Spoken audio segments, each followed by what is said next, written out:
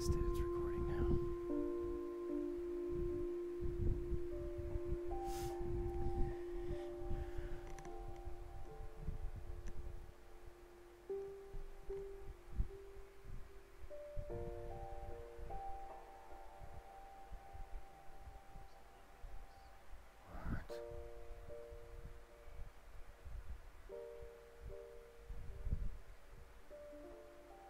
So you do hear my voice? Yeah, I can hear yours. But question is, you hear mine clearly?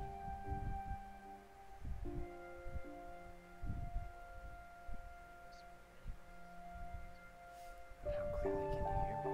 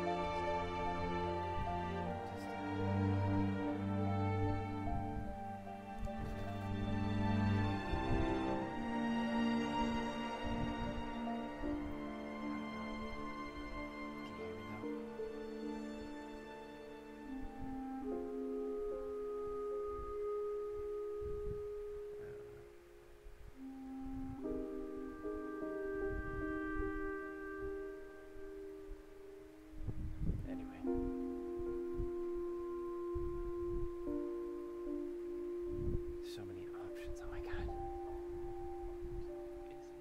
Yeah. For a second there, I could hear the music coming out. Oh, I don't know what it's doing. But anyway, you can hear me. Mm-hmm.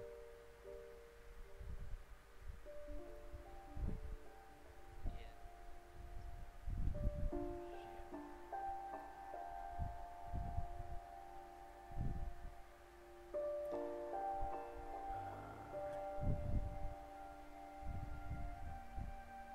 Okay, anyway.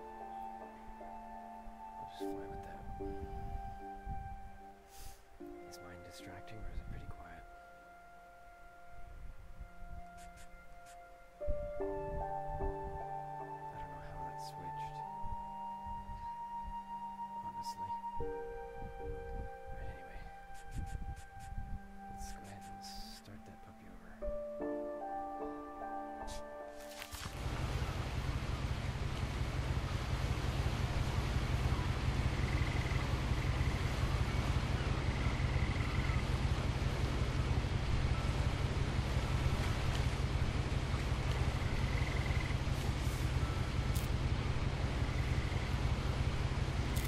A lot of this isn't going to make sense to you, and I'm sorry about that. I'm just going to start at the beginning, with the house.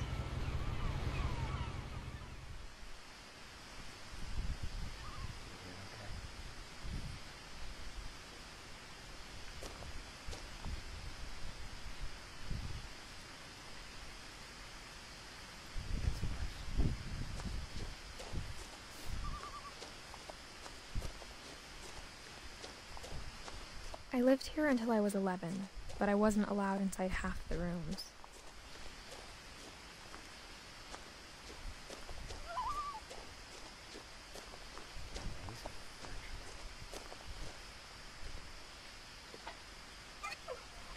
Inside the mailbox were bills from 7 years ago, marked urgent, open immediately.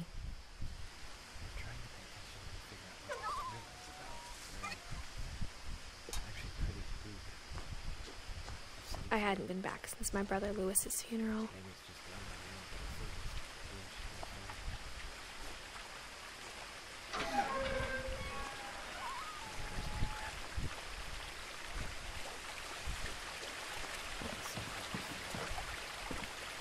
In her will, my mother left me a key, but didn't tell me what it unlocked.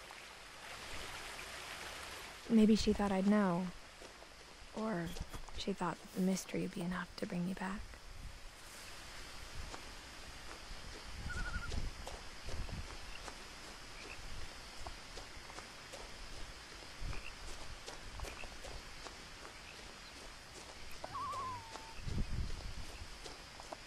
No one had driven this way in a long time, but I saw a few hoof prints.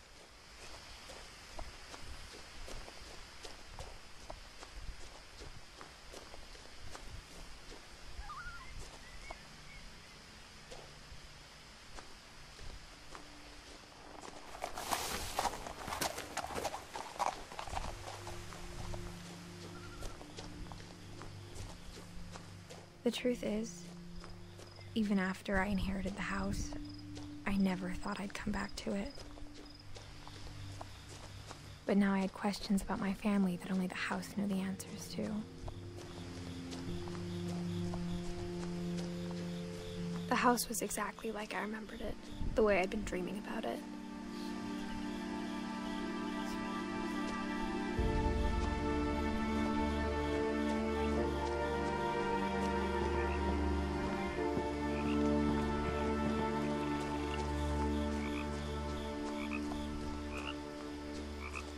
As a child, the house made me uncomfortable in a way I couldn't put into words.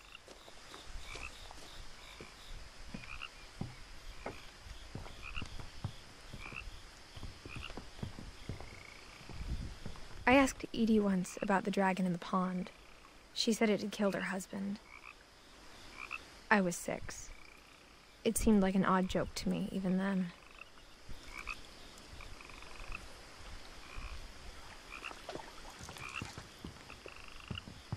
Now, as a 17-year-old, I knew exactly what those words were. I was afraid of the house.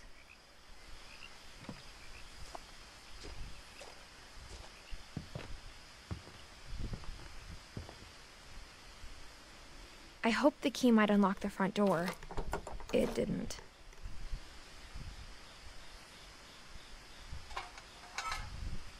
Looking in, I felt like the house itself had been waiting for me.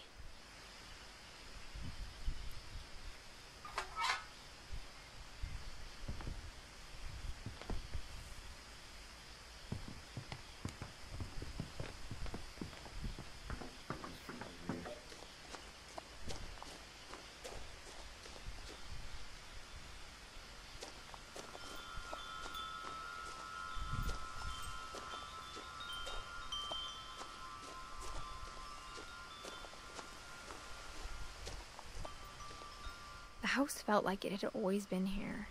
Even the swing set was older than my mother.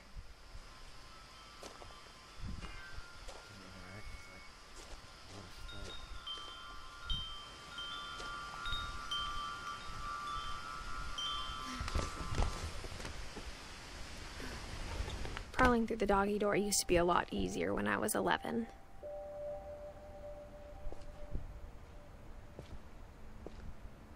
The power had been turned off the night we left.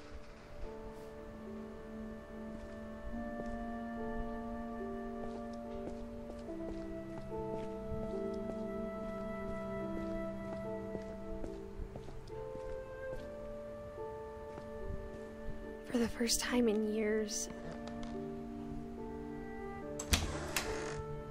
I felt like I was home.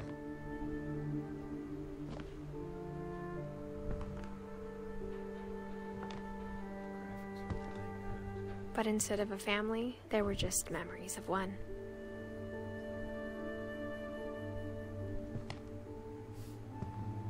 Like how after Lewis started working at the cannery, we all got sick of eating salmon, except our cat, Molly. Or how only one restaurant would deliver to our house, so we had Chinese a lot.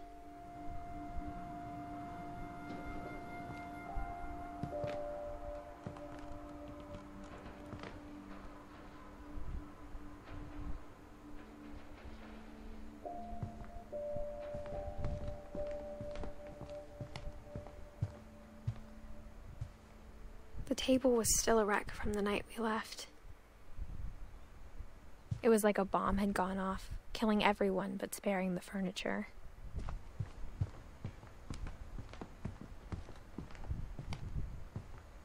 My mom was the only one of us who could imagine Great-Grandma Edie living in a nursing home.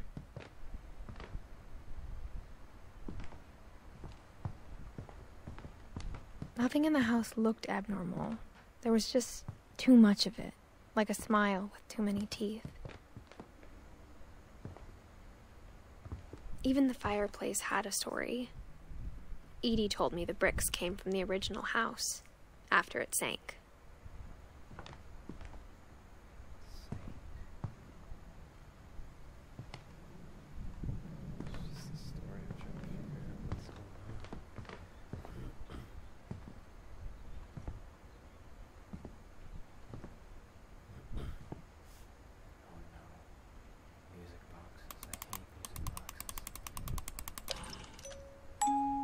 Great-Grandpa Sven built a music box for Barbara, along with the rest of the house.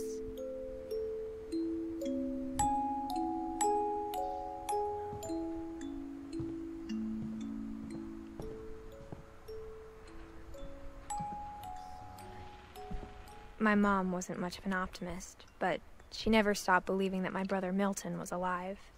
That is really freaking terrifying. A lot of things got left behind in the whirlwind of that last night. I need to get myself going. After Milton disappeared, Mom sealed up all the bedrooms. Then Edie retaliated and drilled peepholes.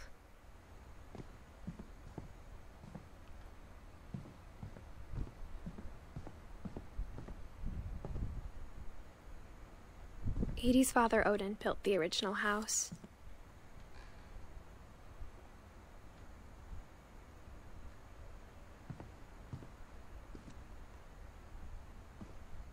Mom must have locked the third floor stairs on the night we left. Something seriously wrong with this place.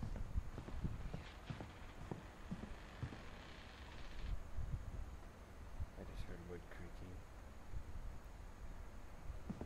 I'm hearing wood creaking like someone's following me. It's scary.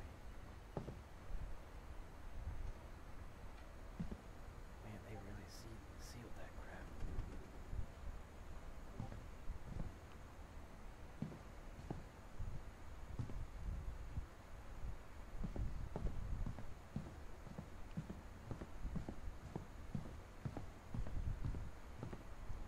I spent a lot of time playing in Great Uncle Walter's room.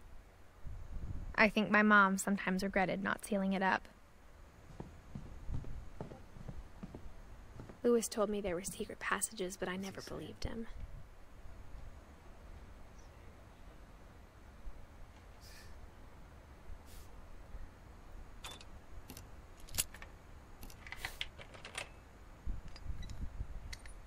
Turns out, my mom was really good at keeping secrets.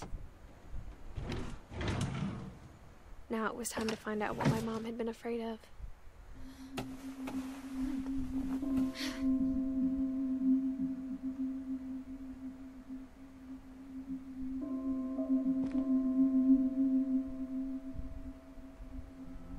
From the paintings on the wall, it was clear my brother Milton had been here before me. Reading this, maybe it sounds like I had a plan. But I had no idea what was behind that door.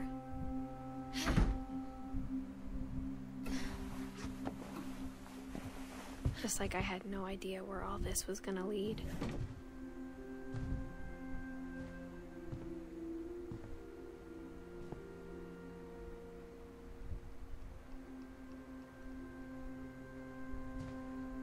I got the sense Edie had spent a lot of time here, before my mom sealed the doors.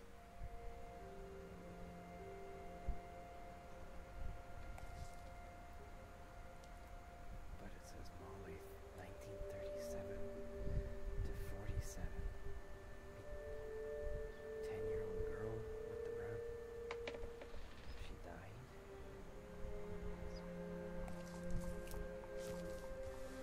December 13th, 1947.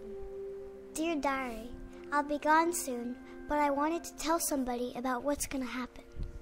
It started when Mom sent me to bed without dinner. I woke up and I was starving, so I looked around for something to eat. My Halloween candy was all gone.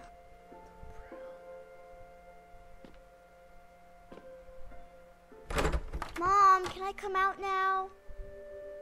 Sweetheart, it's late. Go to sleep. The gerbil food was dry, but I didn't mind it. What? This is creeping me out.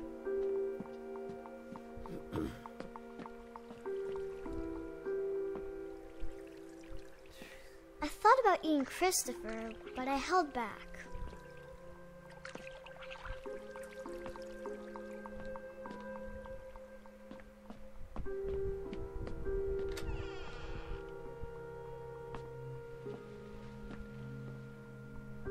I kept eating and eating.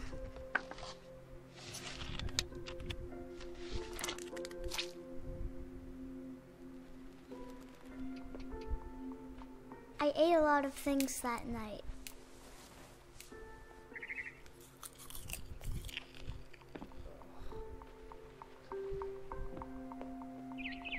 Then I heard chirping outside my window.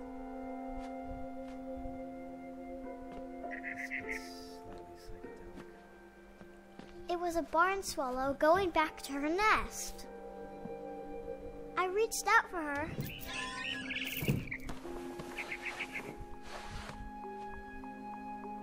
And suddenly, I was a cat.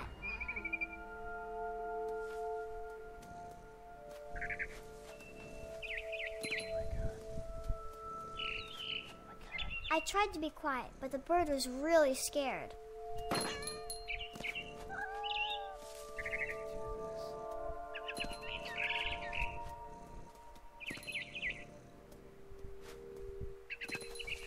Mom and Dad didn't even look at me.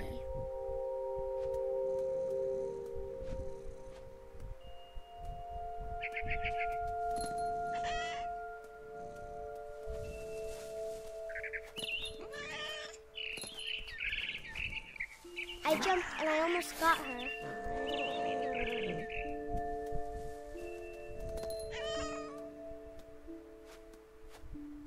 I could tell she was getting really tired. Now I was up in the big tree. I promised Dad I wouldn't climb it anymore. All I cared about was eating that mama bird. I gobbled her up. And suddenly, I was an owl. First, all I heard was the wind. Then I heard little teeth nibbling in the grass.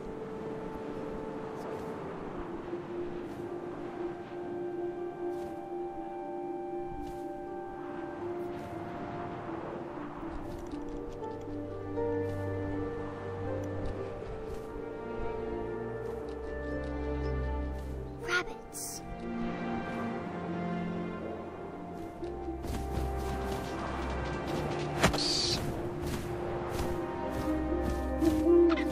I imagined his face looking up and seeing mine through my talons. I swallowed him up, and I didn't chew one bit. Then I flew off to find something bigger.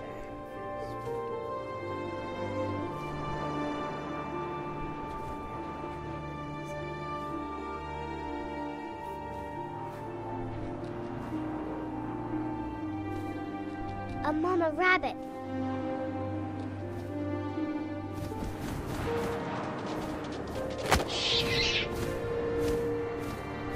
She was almost too big to carry. I started choking, but I couldn't stop eating. And suddenly, I was a shark.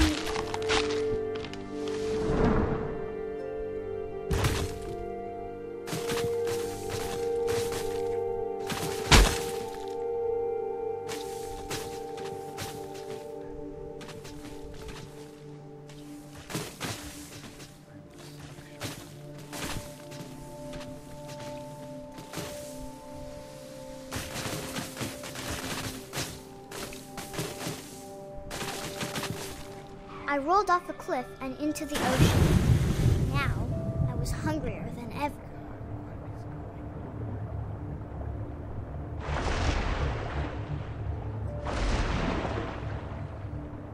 I wanted fat, juicy seals.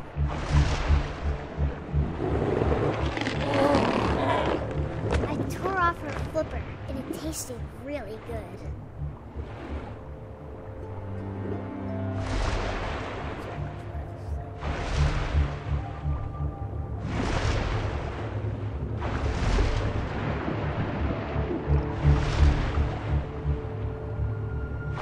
Grabbed on tight, but I was so hungry, I jumped out of the water.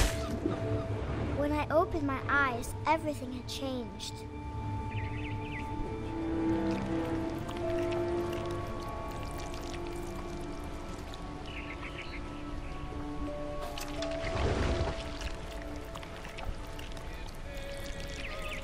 Now I was a monster, and I smelled people everywhere.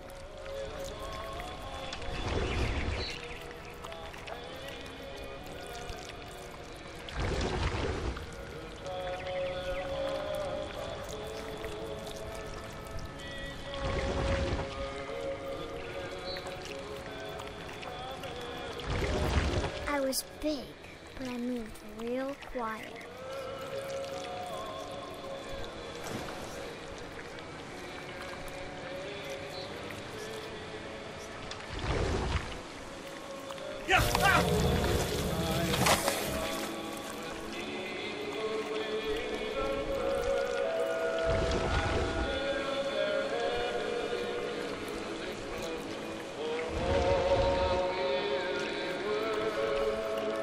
I wanted to stop, but also I didn't.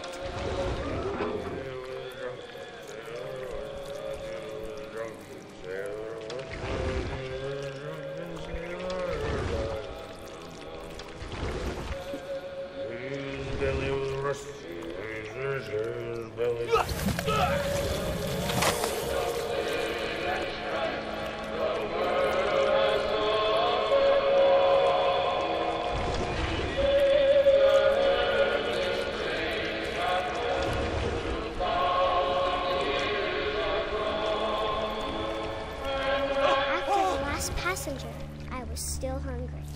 And across the water I smelled something new. Something I had to have, so I swam towards it.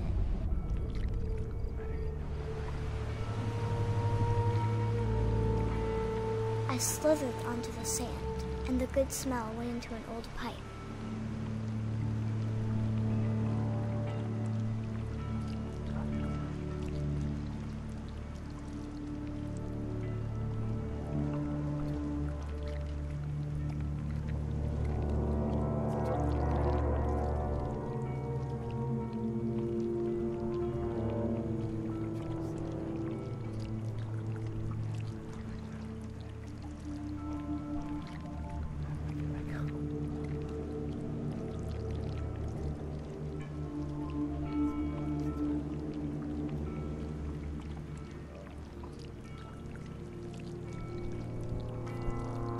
I got closer and closer.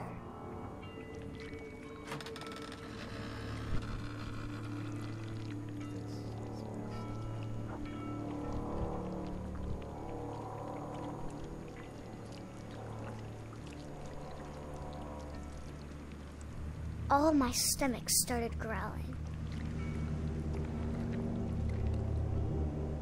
And suddenly, I was me again. I held my breath for a long time, but I couldn't hear anything. I think it's waiting for me to fall asleep. But it's not going to wait much longer. It needs to be, and we both know I will be delicious.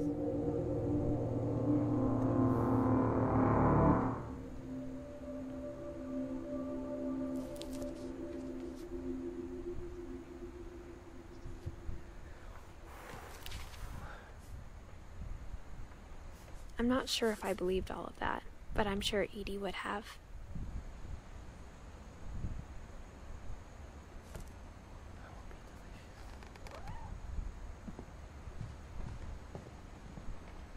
I grew up looking at Molly's room through the peephole.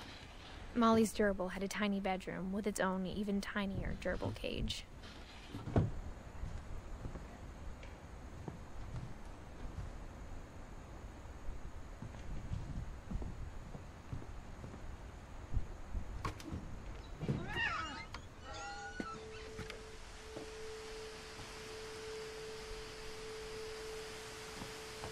This will be obvious later, but my mom never told me any of these stories. Edie would have, but Mom didn't like bringing up the past. Though, when we adopted a stray kitten, she was the one who named it Molly.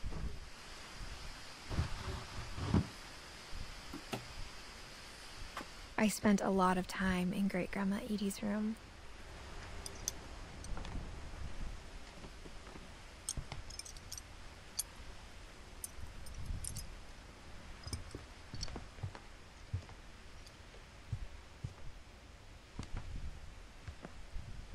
One summer, they evacuated the island, but Edie refused to go. For a few weeks, she was a celebrity. Edie gave a big interview. I hadn't thought of myself as Edith Jr. for a long, long time.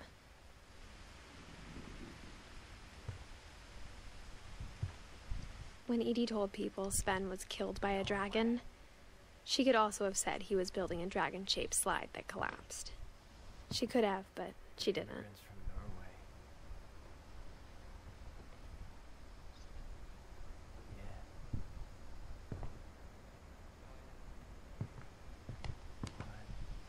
crap? Even in her 90s, sometimes Edie seemed a lot younger than my mother.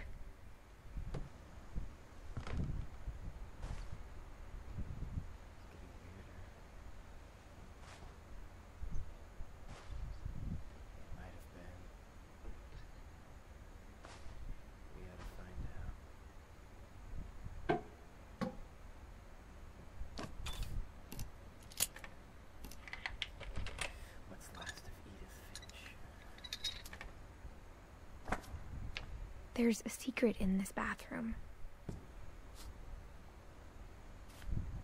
It's in the last place you would look.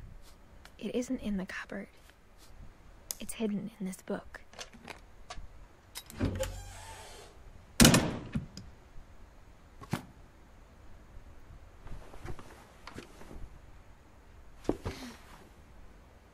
Sven gave Sam an old camera he'd refurbished. He never put it down.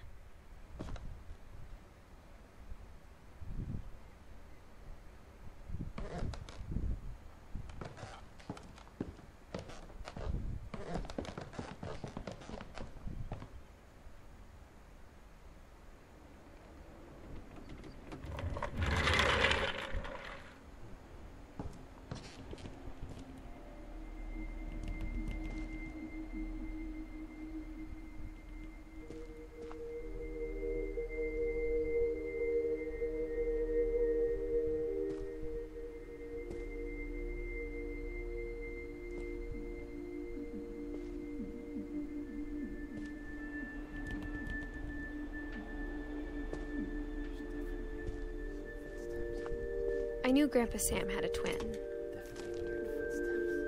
and that he never talked about him.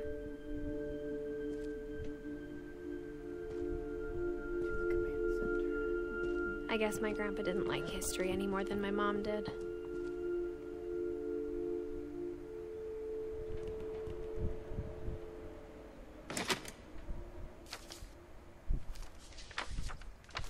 How I Want to Remember My Brother by Sam Finch. The thing I remember is that when he made up his mind, that was it.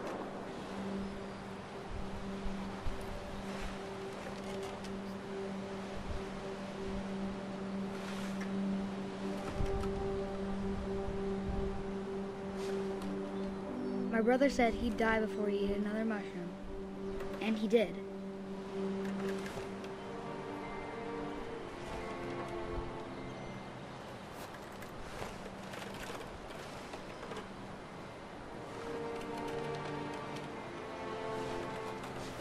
At Barbara's funeral, we swore we'd never be afraid again, and he wasn't. I think Calvin always wanted to fly.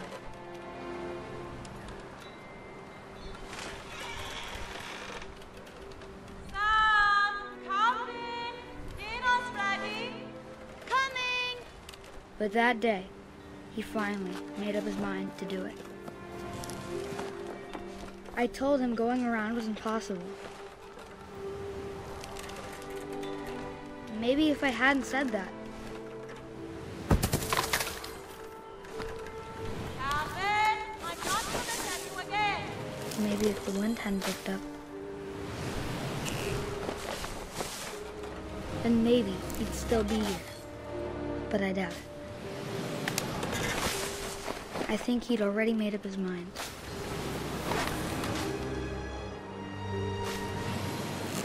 That's what I want to remember about my brother.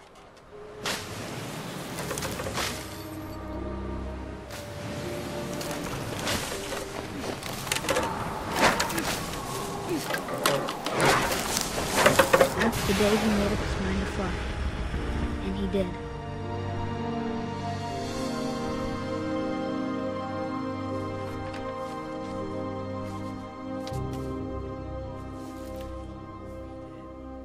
Calvin's story felt strangely familiar.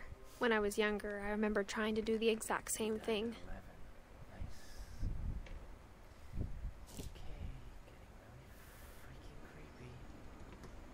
After the funeral, Edie roped off Calvin's half of the room.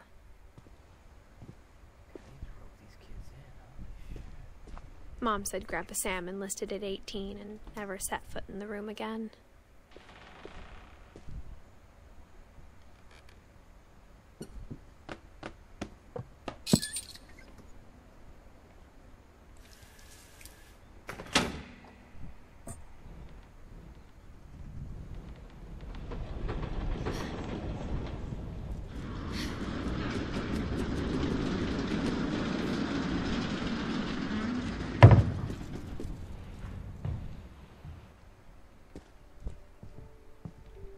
The passages were a pretty tight fit.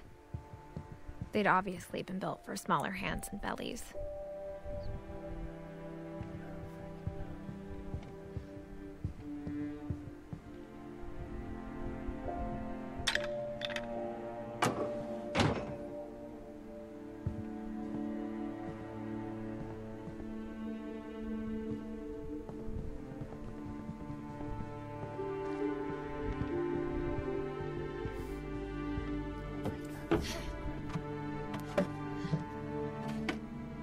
Growing up, I always thought of Barbara as a child star.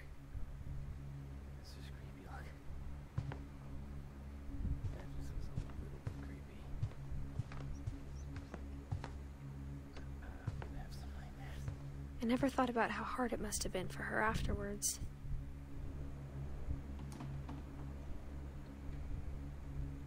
I'm not sure why am I playing this before bed. Of all the stories people wrote about Barbara's death, I'm surprised Edie saved this one.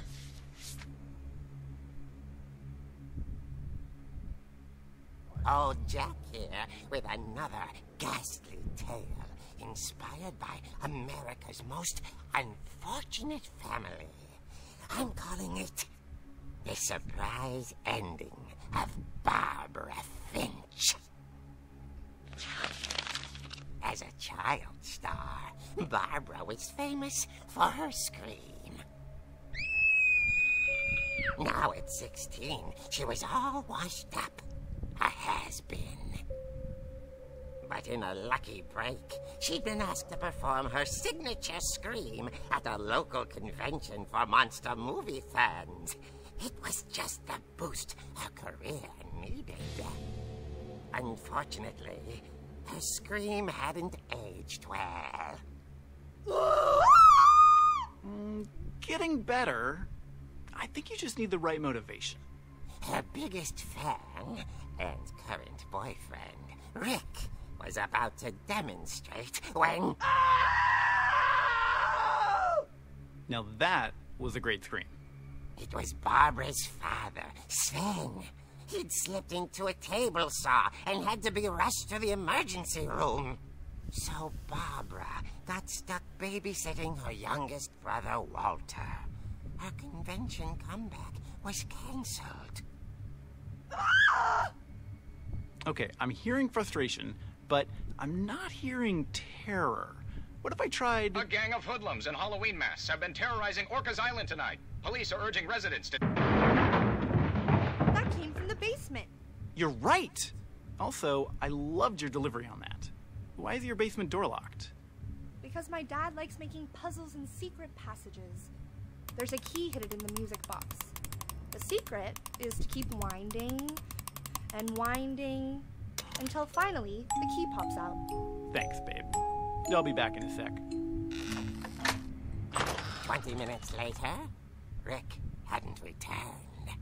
So Barbara went to look for him, right on cue. She reached for the music box.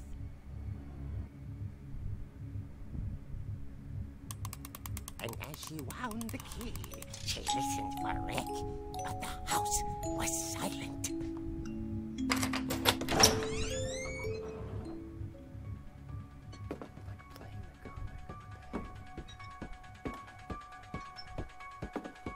She found Rick's crutch and imagined the worst.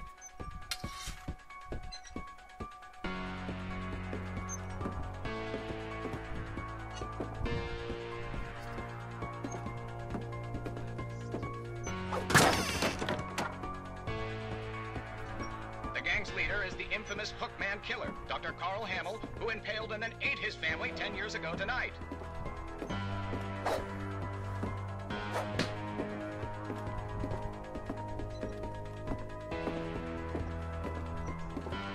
The old fridge rattled and grew still. Oh dear!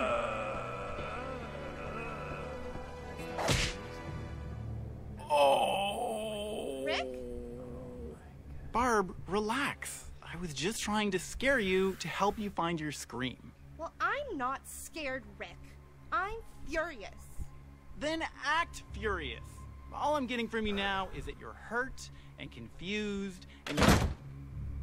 She threw him out, but she kept a little something to remember him by. Barb, have you seen my other crutch? And she was still holding it when she fell asleep watching the late picture show. Hours later... Barbara! Walter, what's going on up there? Ah! Okay, I'm coming up, but if this is a trick, you're dead, Walter.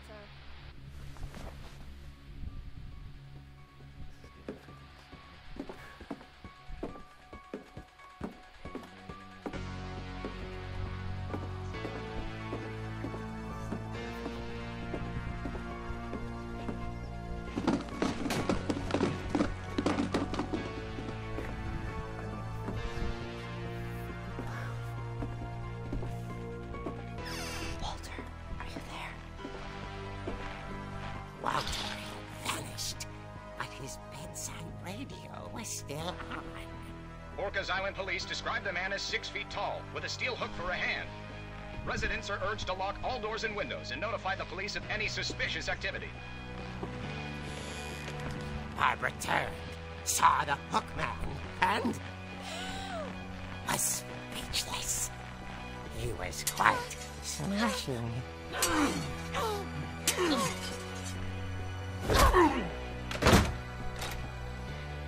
And he was. He couldn't get enough of Barbara. Okay, Barbara, there's gotta be another way out of here.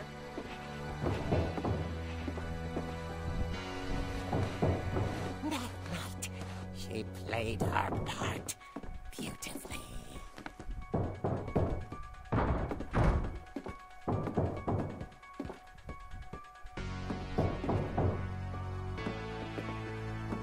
She thought about abandoning Walter, but just couldn't do it.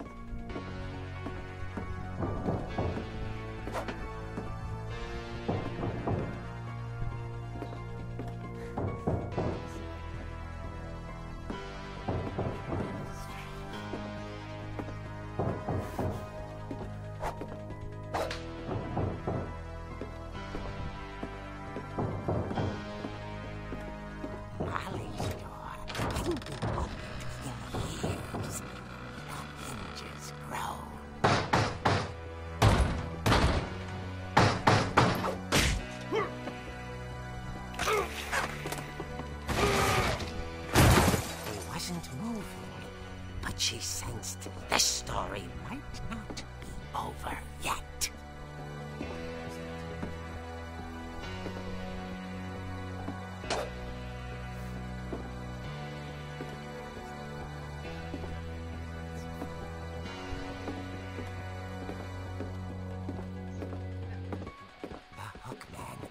Vanished.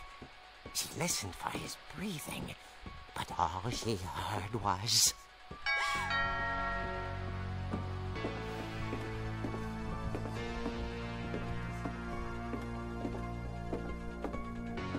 At the door, she heard whispering. It was coming from inside the house.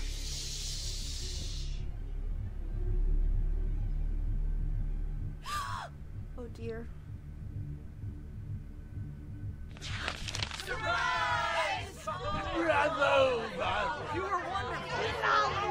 The monsters had come to surprise her.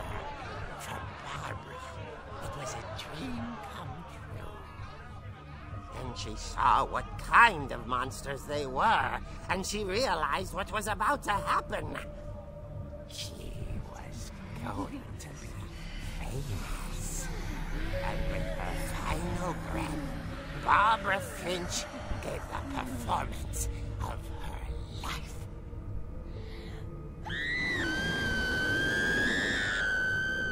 I wasn't there myself, but I hear Barbara was magnificent. Poor girl. She had a taste for stardom. But unfortunately, so did her fans. Of course, the police blamed it all on poor Rick, who disappeared the same night. And little Walter, hiding under his bed the whole time. He took it all pretty hard, but that's another story. As for Barbara, tucked inside the music box is all they ever found of her. Her ear. Now that's what I call a real eerie tale.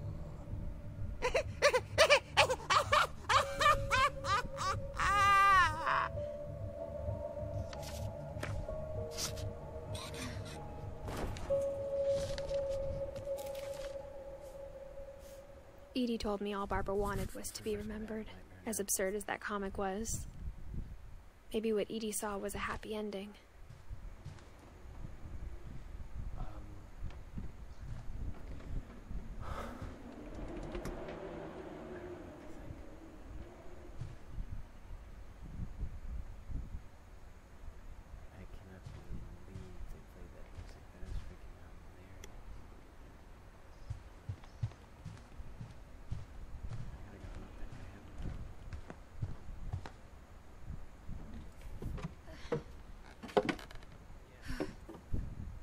I guess now I know why Mom didn't like me playing with the music box.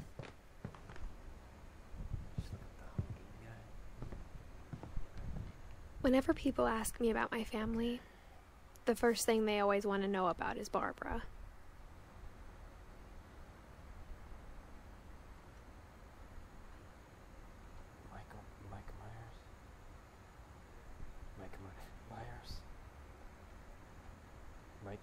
Mike Myers?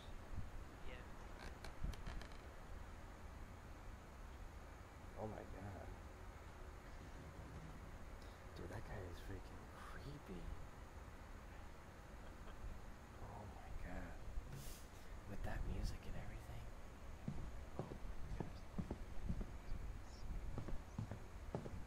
What was the last one that they did? Because I snuck onto the set on one of them. It's funny. All those times I played with the music box and never found the basement key. I snuck onto the set when they were filming one. It was like they were filming a scene on a football field, and it was rainy, and the guy was standing out in the middle of the field, the Halloween guy. I saw him. It was really creepy because I was watching at night there in the place where they were filming it, because they had the whole school sectioned off. It was a school field, and I was watching them do it, and I wasn't supposed to be there.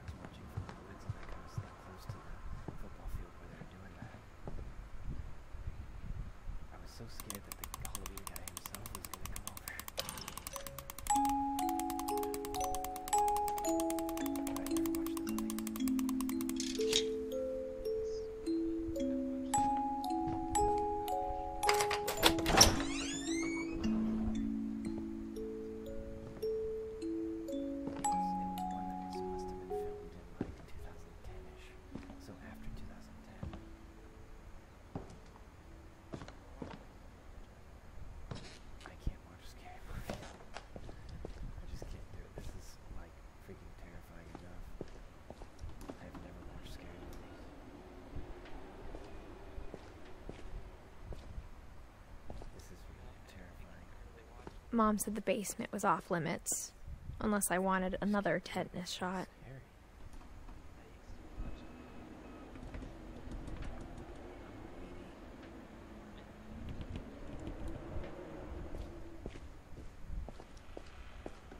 I saw Edie sneak down to the basement once, carrying packages.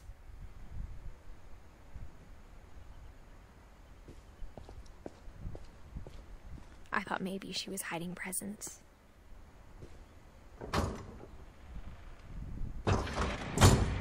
It turned out she was hiding a lot more than that.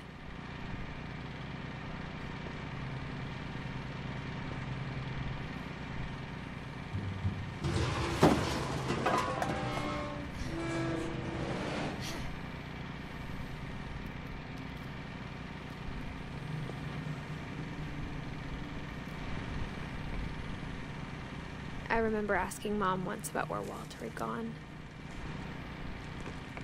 She said after Barbara died, he got as far away as he could. If there's a pattern in all these stories, I think it's that none of us has gotten very far.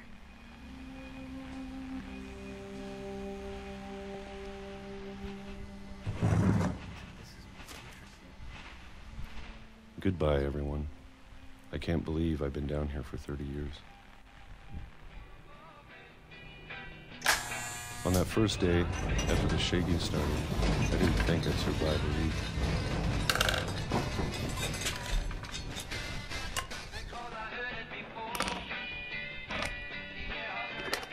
But after a few days, I settled into a routine. That's what kept me sane. Having a schedule, living for today. I always expected to be dead tomorrow. But if you wait long enough, you get used to anything.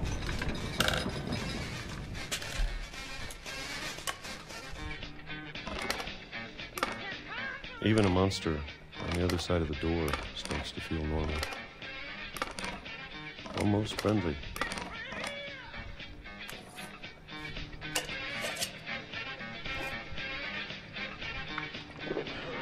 And then one day, everything just stopped. Whatever that thing was, it was gone. Maybe it got tired of waiting. Or maybe I just got tired of being afraid.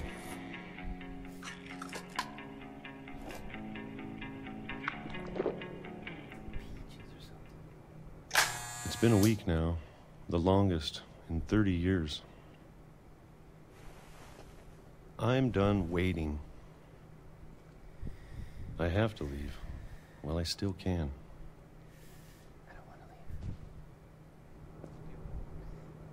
It wants me to leave. I don't want to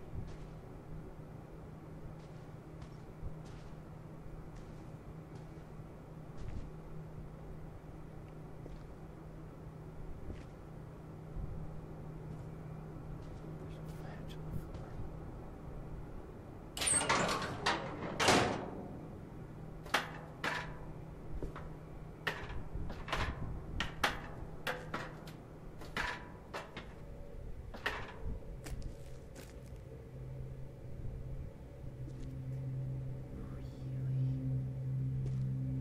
I know it's out there, somewhere. Whatever killed Barbara and Molly and Calvin.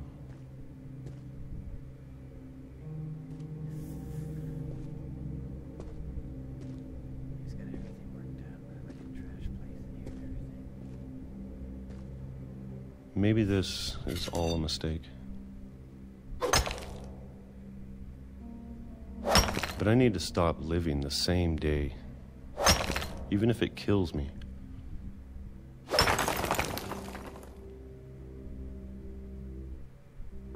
Whatever's out there, I want you to know I'm ready for it. I'm going to appreciate all of it, especially the food. I I don't mind if I only have a year left. Or a month. Or a single week. I'd be happy with one new day. I can already imagine the sun on my face.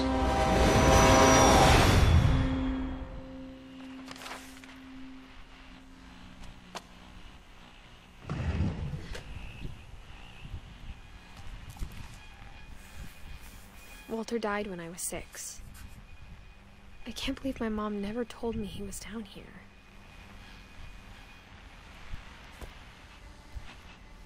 I'm sure my mom was trying to protect me. It looks like I'm, like, half done. Sleep.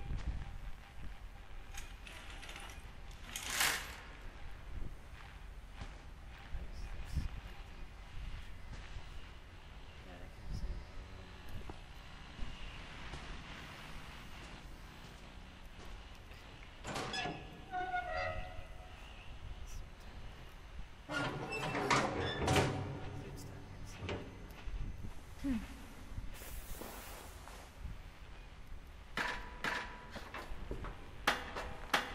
Maybe she was afraid I'd end up like Walter. But if she never told me about an uncle under the house, I can only imagine what else she was hiding. I don't want to make the same mistakes she made, trying to bury something that's still alive.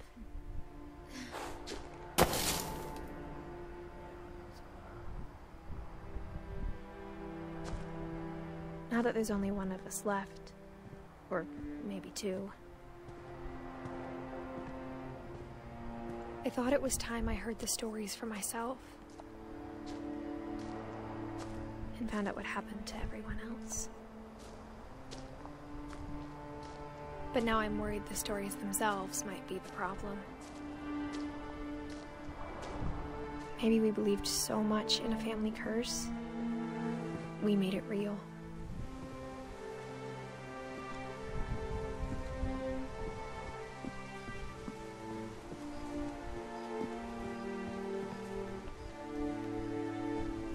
I don't know if I should even be writing this.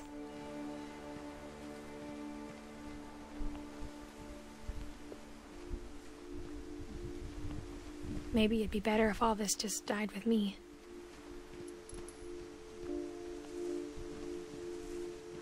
But I thought you should know about your family.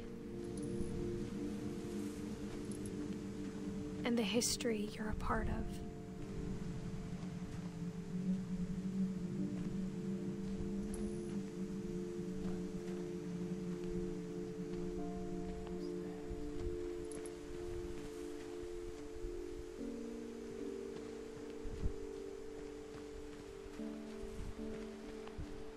Though to be honest, I feel as lost as you probably do right now.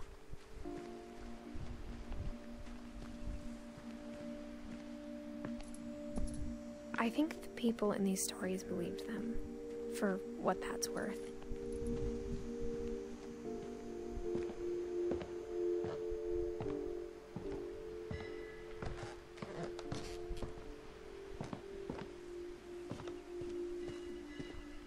And when you look at the house, that history of imagination and stubbornness and madness, any of it seems possible.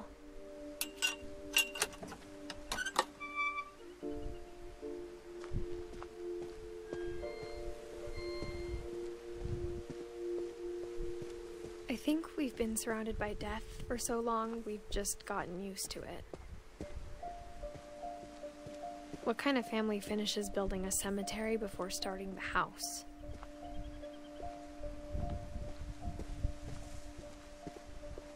It's embarrassing for me to admit this, but the pet cemetery made me more uncomfortable than the human one. 3 of the gerbils were mine, and 2 had been my fault. Sven built the house, but it was Edie who designed the cemetery. I'm sure Odin's monument had been Edie's idea. My mom was always trying to move on, but for Edie, the past never went away. She could see it poking out of the water at low tide.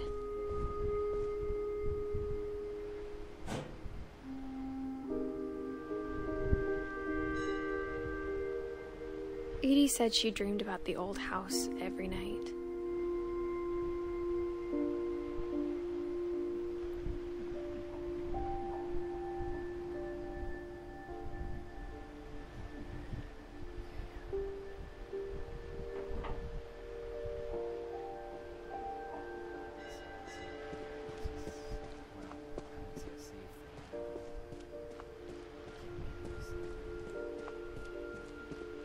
Edie's side was always easier for me to understand.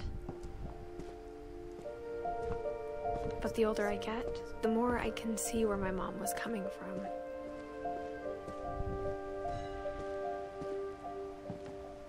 She lost 2 of her brothers, just like I did.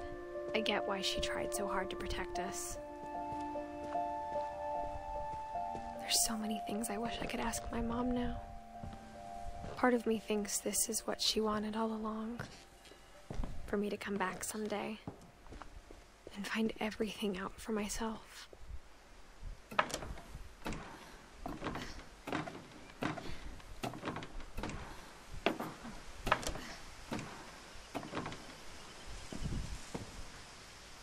But looking back on it now,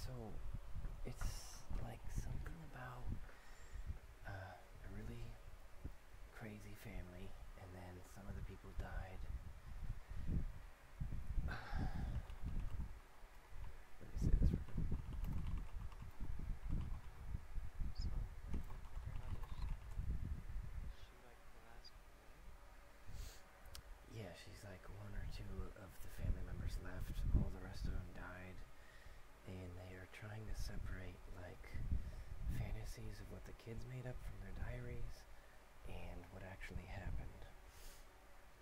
So it's like maybe an immigrant family, and then some weird crap happened, and then the kids died, and the old people died, they're all scared of something, they're scared of a curse, and they're kind of leading into, they got so scared of the curse that they made it for themselves, kind of a thing.